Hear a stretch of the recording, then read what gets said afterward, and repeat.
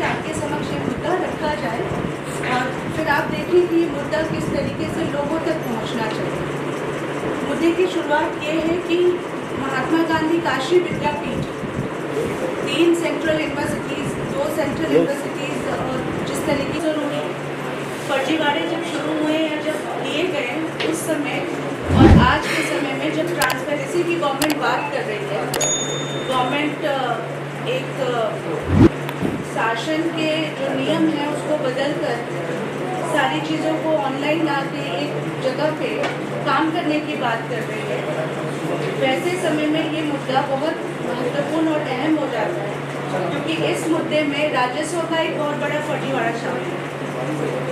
राजस्व विभाग का फर्जीवाड़ा इसलिए शामिल है कि आप सब पत्रकार हैं, हम सब एक आम आदमी भी हैं कहीं ना कहीं।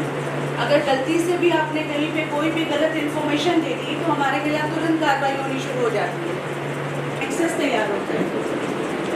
और ये मुद्दा इस समय आपके सामने डिस्कस करना भी ज़रूरी है क्योंकि अभी हालिया आयुष घोटाला सामने निकल के आया है, कानपुर यूनिवर्सिटी का पाठक जी का घोटाला सामने निकल के आया है, बनारस शहर में ऐसे बहुत सारे मुद्दे निकल के आए हैं। ये मुद्दा रिलेटेड है महादेव महाविद्यालय का नाम आपने सुना होगा, चिरईगांव। महादेव महाविद्यालय के जो विवाद है उसमें इनके भांजे की हत्या हो चुकी है। मेरा नाम श्वेता रश्मि है, मैं बोधिसत्व फाउंडेशन की जनरल सेक्रेटरी हूँ, साथ ही मैं वरिष्ठ पत्रकार हूँ। इस संदर्भ में प्रेस वार्ता है। ये आज की जो प्रेस कॉन्फ्रेंस है हमारी वो भ्रष्टाचार के मुद्दे पे है। महात्मा गांधी काशी विद्यापीठ से चलने वाले कॉलेज महादेव महाविद्यालय के मान्यता संबंधित फर्जीवाड़े और बीएड के एफिलिएशन से रिलेटेड जो करप्शन का मैटर है उसी मुद्दे पे है। किस तरह के फर्जीवाड़े हो रहे हैं?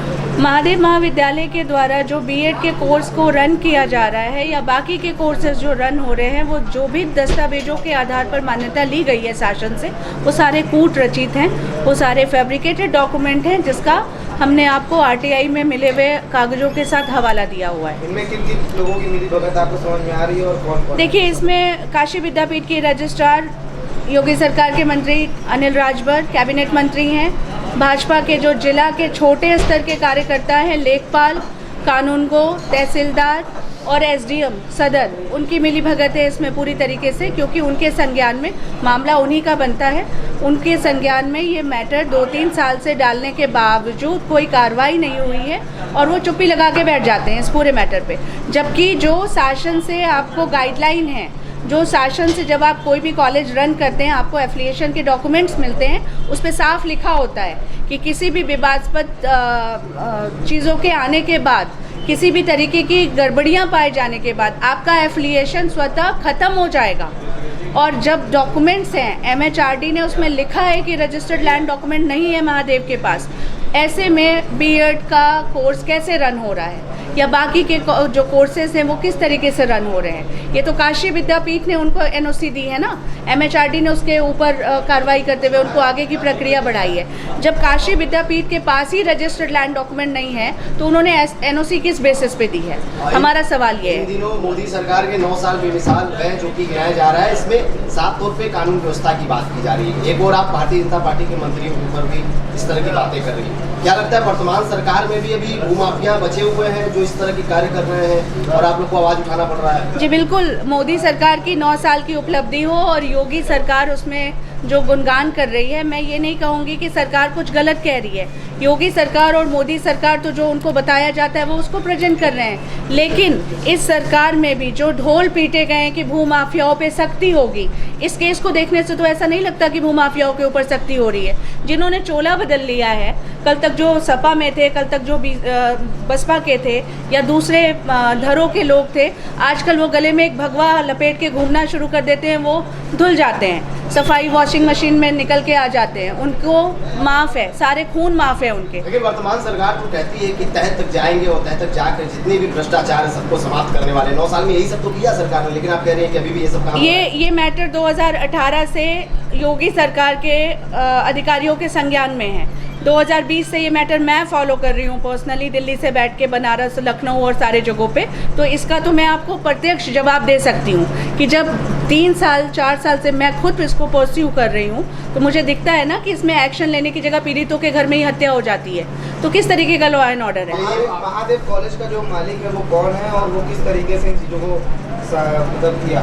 देखिए, ऐसा है कि महादेव महाविद्यालय का जो मैनेजर है अजय सिंह का रिकॉर्ड खुद भी बहुत ख़राब रहा है। रामकरण इन्होंने इंटर कॉलेज बताया, उनके पिताजी रामकरण इंटर कॉलेज के प्रिंसिपल हुआ करते थे और वहाँ पे फर्जीवाड़े का एक अलग इतिहास रहा है। आप लोगों के लिए एक और महत्वपूर्ण बात बता दूँ कि पिछले साल अमर उजाला के एक कैंडिडेट के ऊपर, एक रिपोर्टर के ऊपर FIR हुई थी हाई स्कूल और इंटर के मार्कशीट को लीक करने के मामले में।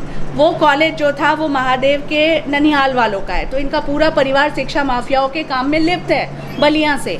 उसके बाद इनके भाई जो नामजद हैं, इनके भांजे की हत्या में, विनोद सिंह उसका नाम है, उसके ऊपर भी सरकार ने पिछले साल कार्रवाई की है फर्जी डिग्री के आधार पे। वो नौकरी कर रहे थे। यानी योगी सरकार की जो जीरो टॉलरेंस की नीति है उसके तहत किसी भी प्रकार के कोई कार्य आपको सहयोग नहीं मिल रहा है, खाली बोलने वाली बात है। योगी सरकार के जो यहाँ के हिंदू युवा वाहिनी के प्रमुख हैं अमृत सिंह भोला, जब वो हत्यारे को लेके जाते हैं योगी सरकार से मिलाने के लिए तो पीड़ितों के मन और मानसिकता पे क्या होता होगा वो आप खुद सोच सकते हैं कि 302, 506, 120 बी का नामजद आरोपी जिसको जेल में होना चाहिए था या जिसके खिलाफ जांच होनी चाहिए थी, इसीलिए परिवार ने CBCID और एजेंसी से जांच की मांग की है। लेकिन है सरकार से जो कॉलेज के मालिक हैं, जो कॉलेज के ऑनर हैं, सरकार से कुछ उनके ताल्लुकात है जिसकी वजह से सरकार नहीं, ये सरकार से ताल्लुकात नहीं है, ये सिर्फ अनिल राजभर से ताल्लुकात है। और अनिल राजभर की जो टीम है, जो उस सेवापुरी और दक्षिणी लोकसभा की जो टीम है वाराणसी ग्रामीण की, वो टीम ही सपोर्ट कर रही है। जी तो योगी सरकार के मंत्री हैं, कैबिनेट के मंत्री हैं, लेकिन मंत्री का निजी फायदा भी तो हो सकता है ना। योगी सरकार का क्या फायदा है बचाने में? आपने बताया कि ये फाउंडेशन 2020 से इस मामले में लगी हुई है। हाँ, तो इतना प्रेस वार्ता इतना लेट क्यों हो रहा है? क्योंकि 2 साल कोविड में चले गए आपके, 2-3 साल आपके कोविड में निकल गए। हम ऑथोरिटी देखिए, प्रेस कॉन्फ्रेंस इसलिए लेट हो रहा है क्योंकि हमने दिल्ली में परस्यू करना शुरू किया। निशंक जी MHRD मिनिस्टर थे, उन्होंने इस फर्जीवाड़े को संज्ञान लिया और संज्ञान लेने के बाद जो फाउंडेशन के दस्तावेज उपलब्ध करवाए गए थे उस पर उन्होंने B.Ed पे रोक लगाई।